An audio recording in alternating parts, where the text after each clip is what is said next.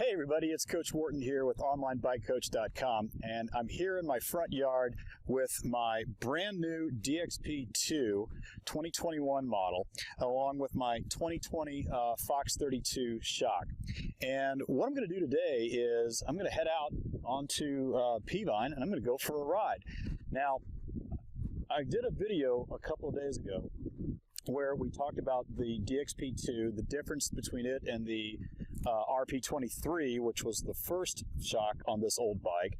I'm working the shocks and the suspension instead of buying an overall new bike, A, because, you know, I kind of like riding my old bike until it basically doesn't work anymore, and B, I'm always intrigued by the technology behind suspension. And so I put the ShockWiz units on the front and the rear, and I got the front really dialed in. I was rolling on 96 point, 95 point, 98 point rides, more or less every time I went out. But my rear suspension was anywhere between 70 and 88 points, and it always said I needed to tune the compression, the low speed and high speed compression. So that's what this DXP2 is all about. It's a little bit heavier, but I think it's going to be much, much more tunable. So we're going to head out, get some time in, and I'm going to start recording the results with the ShockWiz app on my phone, and I'll be glad to share it with everybody. Thanks for watching and enjoy the ride. Okay, I just got off the mountain and I got about an hour's ride in, and my initial impression is one of the reasons that I bought this this rear shock was in the previous shock, what I was getting was a consistent,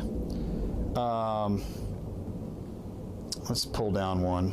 Let's see here. Was that the rear? No. Let's see. Here is a rear, and here are the suggestions right there. Okay. All right, so what you're looking at is the ShockWiz software on a telephone. And the thing that really struck me about the previous bike, and this is from September of 2020, just a random pick, is that the high-speed compression and low-speed compression, it always was asking me to make it softer. Now, sometimes it would go, you know, a little bit here and a little bit there, but most of the time it was in the red or yellow.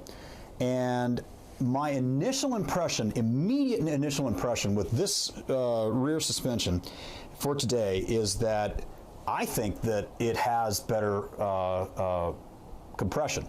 But let's find out.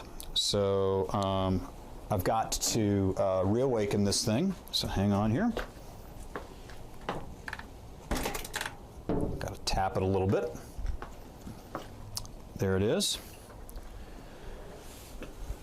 So it just woke up, and we're going to hit this.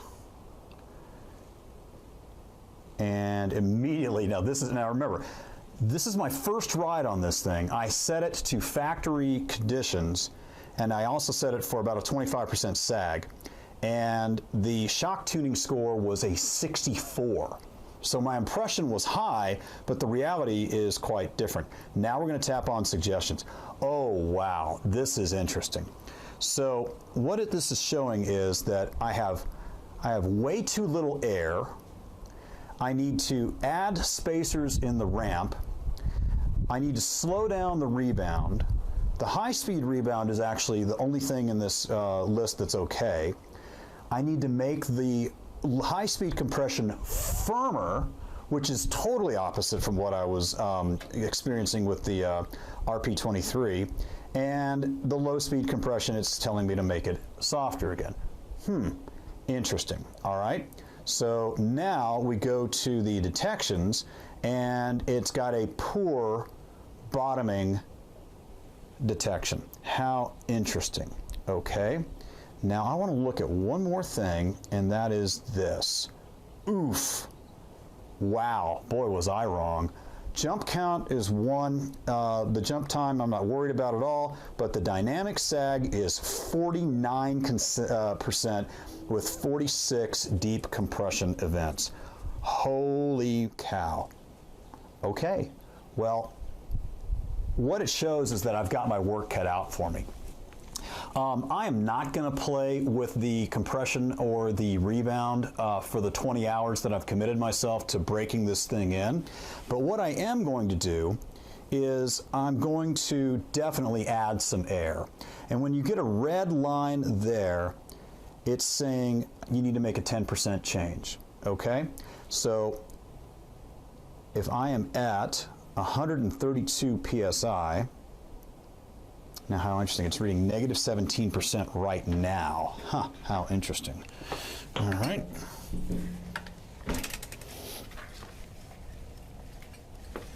Okay, see if that did it.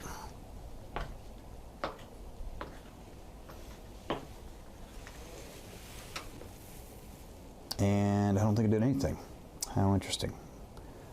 Okay, so what I'm going to do is I'm going to add 10% of the air is 130 PSI. So let's take it up to 140, 142, 145 PSI, and I'm going to ride this thing again tomorrow. All right? Anyway, that's about it. I am excited for my first ride. I did have some pretty good times, which is kind of interesting, going into a headwind. And let's keep learning. That's what this is all about. I'm Coach Richard Wharton with Online Bike Coach. Thanks so much for watching, and enjoy the ride.